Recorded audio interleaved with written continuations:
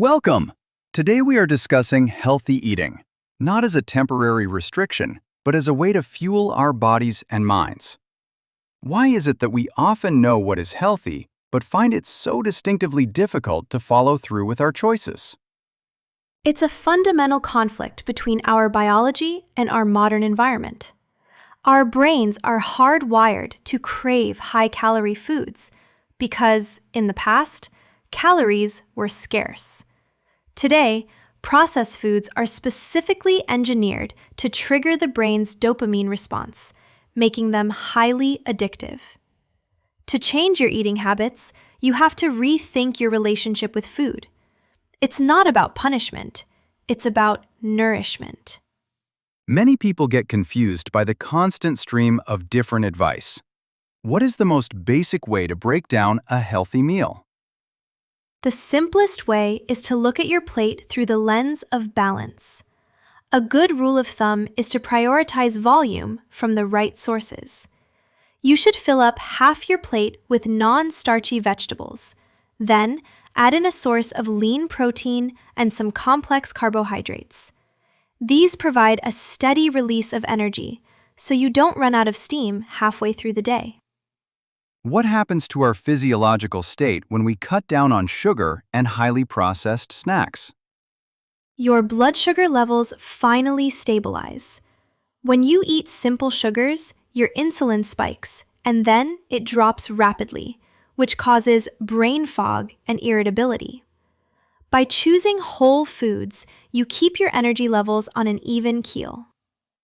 Some people find it hard to stay away from emotional eating.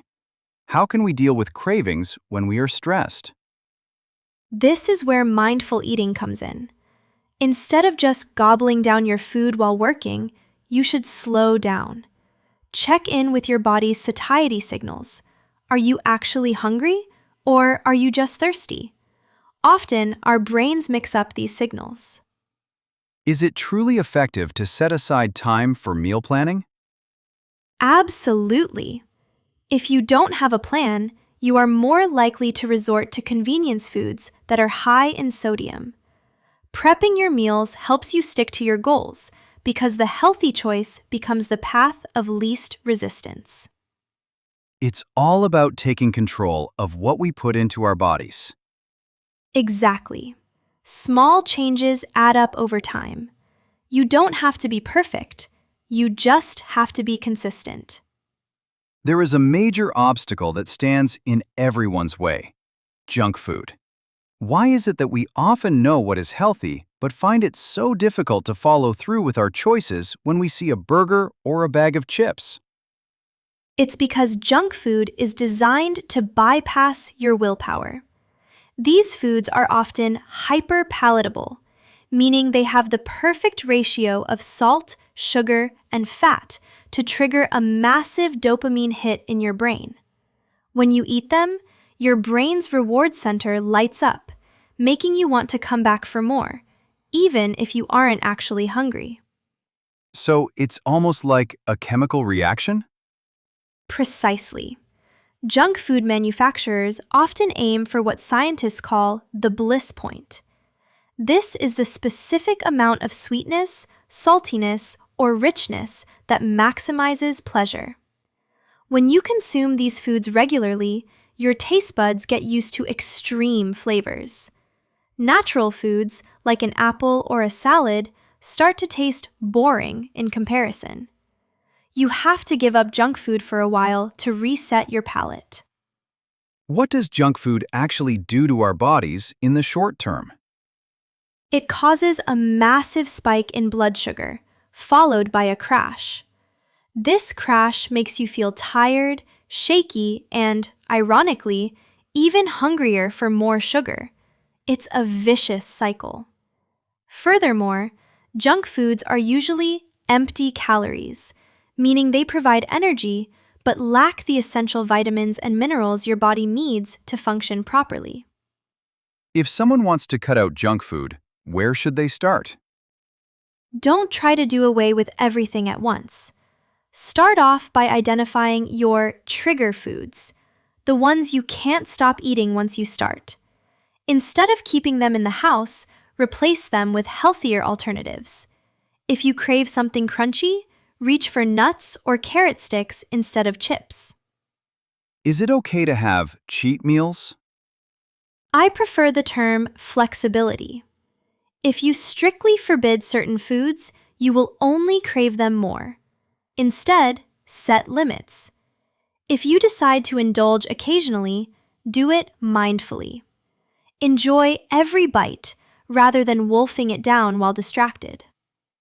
It's about breaking the cycle of addiction and taking back control. Exactly.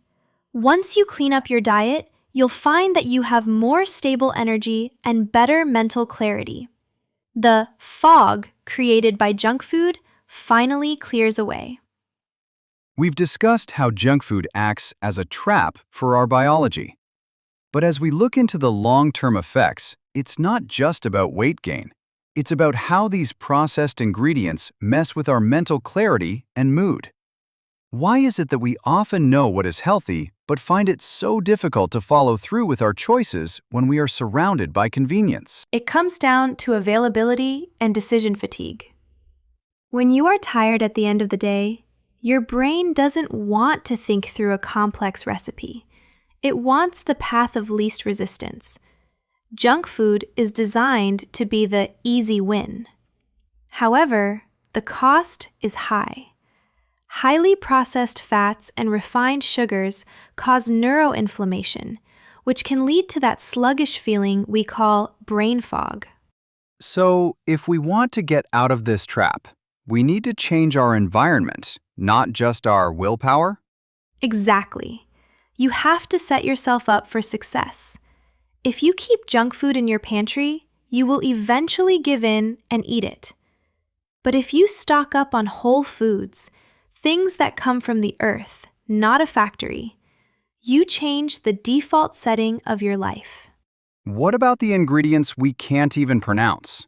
Should we watch out for those? Definitely. Many additives are used to extend the shelf life of junk food, but they don't contribute to your health. When you read through a food label and see a long list of chemicals, it's a sign that the food is ultra-processed. These substances can throw off your gut microbiome, which is directly linked to your serotonin levels and overall happiness. If someone is ready to turn their life around and leave junk food behind, what is the best recovery strategy? First, hydrate. Sometimes we crave sugar when we are actually just dehydrated. Second, increase your fiber intake. Fiber helps you feel full and slows down the absorption of sugar into your bloodstream. Third, give it time. It takes about 2 weeks for your taste buds to adjust. After that, junk food will actually start to taste too sweet or too salty to you. It's like we have to retrain our bodies to enjoy real food again. That's exactly what it is. You are reprogramming your hardware. Once the sugar high and sugar crash cycle is broken, you'll be amazed at how much more energy you have to take on the day. We've talked about how junk food hijacks our biology, but there is another layer to this: deceptive marketing. We often see products labeled as natural, low-fat, or high-protein that are still essentially junk. Why is it that we often know what is healthy but find it so difficult to follow through with our choices when labels are constantly misleading us? It's because food companies use health halos. They play on our desire to be healthy by highlighting one good ingredient while covering up the fact that the product is loaded with sugar or sodium. For example, a low-fat yogurt often has double the sugar to make up for the lost flavor. If you don't look closely, you end up taking in more calories than you intended. So, we need to look past the colorful packaging and zero in on the actual facts.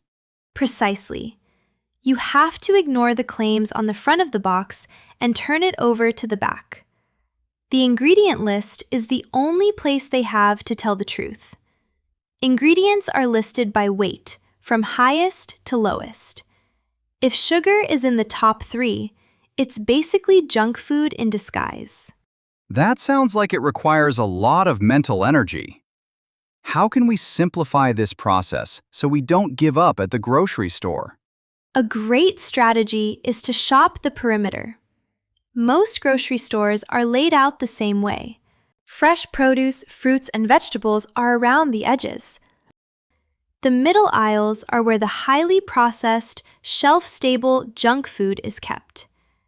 If you stick to the outer edges, you automatically cut out 80% of the deceptive marketing. What about healthy drinks? Many people swap soda for fruit juice or flavored waters, thinking they are doing the right thing. That's a common trap. Fruit juice often has as much sugar as soda, but lacks the fiber of the whole fruit. Without fiber, the sugar hits your bloodstream instantly.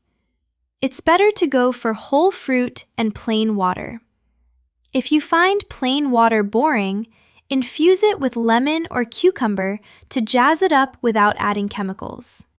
It really comes down to being an informed consumer. Exactly. Once you see through the marketing tactics, they lose their power over you. You stop falling for the healthy labels and start trusting your own knowledge. You are no longer at the mercy of food scientists. You are calling the shots for your own health. Thanks for listening.